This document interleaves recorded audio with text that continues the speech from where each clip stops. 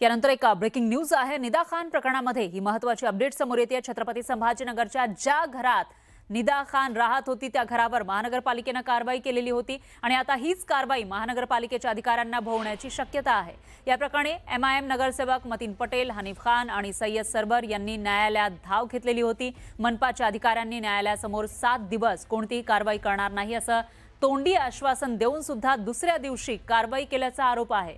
त्यामुळे न्यायालयाचा अनादर करून बेकायदेशीरपणे मालमत्ता पाडल्याप्रकरणी 50 लाखांची नुकसान भरपाई देण्याची मागणी करणारा अर्ज न्यायालयात दाखल करण्यात आला होता। यावर आज झालेल्या सुनावणी दरम्यान महापालिका आयुक्त अमोल येडगे आणि अतिक्रमण हटाव अधिकारी संतोष वाहुळे यांना वैयक्तिकरित्या प्रतिवादी करण्याचे आदेश देण्यात आले आहेत आणि नोटीस बजावण्यात आली आहे।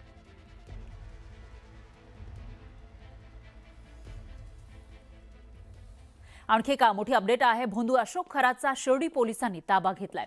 समता पतसंस्थेमधील बनावट खात्यांचा दाखल गुन्ह्यामध्ये तपासासाठी शिर्डी पोलिसांनी भोंदू खरातचा ताबा घेतलेला आहे। खरातला उद्या राहता कोर्टात हजर केलं जाणार आहे।